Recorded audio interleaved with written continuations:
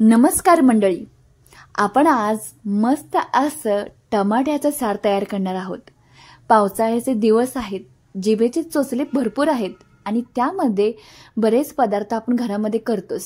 गरमागरम भात, टमाटर सार गरमागरम आणि ह्या दोघांचं कॉम्बिनेशन म्हणजे जय आणि वीरूची जोडीच किंवा राम आणि लक्ष्मणच दोन्ही सुद्धा जोड्या कशा फेवरेट आहेत ना, त्याच पद्धतीने गरमागरम भात आणि टमाटर सार दोन्ही सुद्धा तसंच आहे बरं का।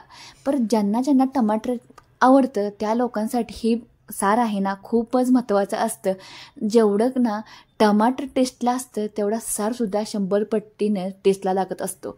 तर चला हा टमाटर सार बनवला होता कसा, तर इथं घेतला आहे बघा 4 टमाटर मोठ्या मोठ्या साईजचे, म्हणजे आपल्या घरामध्ये जे छोटे मोठे कसे असतील तेवढे टमाटर घ्यायचे। घरामध्ये जितके सदस्य आहेत ना त्यानुसार तुम्ही तर टमाटरचा वापर करू शकता। आमच्या घरामध्ये 4 होती त्यामुळे मी तर 4 घेतलेत, असं नाही की 4 माणसांना 4 असं, तर जेवढं लागतं तेवढं इथं घेतलं आहे। तर आता हे टमाटर स्वच्छ पाण्यानं 2-3 वेळा धुवून घ्यायचं। बाजारातून भाज्या आणल्या की धुतल्याशिवाय अजिबात वापरायच्या नाहीत।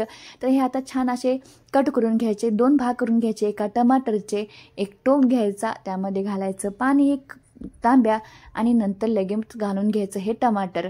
तर ह्या टमाटर सार करण्यासाठी पहिल्यांदा टमाटर शिजवून घ्यावं लागतं एक 10 ते 15 मिनिटं मीडियम फ्लेमवर। तर इकडे आपण टमाटर शिजायला टाकला आहे, तर आपण बाकीच्या मसाल्यांची तयारी करून घ्या। जो सारसाठी मसाला असतो ना तो, तर इथे घेतला आहे एक मीडियम साईजचा कांदा। आता तो छान असा कट करून घ्यायचा, म्हणजे मोठा मोठा कट करून घेणार आहोत। ह्या आपण मिक्सरमध्ये बारीक करणार आहे त्यामुळं मोठा मोठा कट करून घ्यायचा, किंवा तुम्ही बारीक करून घातला तरी चालतो फोडणीवेळी। तर आपण फोडणीमध्ये घालणार नाही, डायरेक्ट मसाल्यामध्ये घालणार आहे। तर लसूण वापरायचा ह्या सारासाठी भरपूर असा, लसूण जास्त तेवढं सार छान टेस्टला। आलं घ्यायचं 1 इंच आणि इथं टमाटर सुद्धा छान शिजत आहे, उकळी मारत आहे बघा। आणि इथं घातल्या बेडगी मिरच्या थोड्या, आणि ज्या तिखट असतात ना मिरच्या त्या थोड्या, अशा दोन्ही मिक्स मिरच्या पाण्यामध्ये भिजत ठेवल्या आहेत।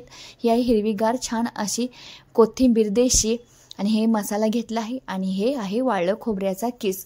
तर ओले खोबरे घातले तर सुद्धा खूपच सोने पे सुहागास म्हटलं तरी चालतं, पण वाळल्यानं सुद्धा काय फरक पडत नाही। वाळलं घेतलं आहे अर्धी वाटी। इथं मिरची, कोथिंबीर, कांदा, 1 इंच आलं, हा एवढाच मसाल्यामध्ये हे सार खूप जबरदस्त आणि टेस्टी होते बरं का। तर चला हे मिक्सरचे जार घेतलं आहे, त्यामध्ये घालून घेऊया आपण एक एक करून मसाले।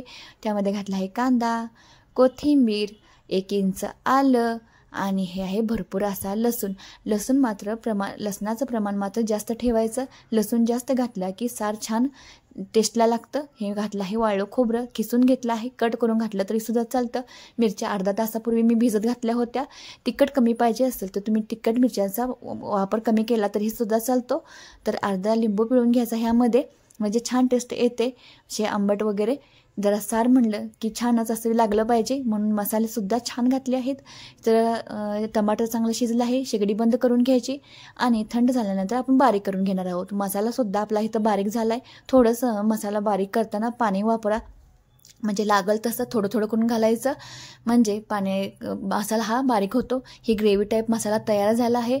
आणि आता चला हे थंड झालं आहे, म्हणजे कोमट झालं आहे टमाटरचं, आणि लगेचच आपण ब्लेंडरच्या साहाय्याने हे सगळं बारीक करून घेणार आहोत टमाटर, किंवा मिक्सरच्या जारमध्ये तुम्ही घालून हे जे प्युरी केली तरी सुद्धा चालते।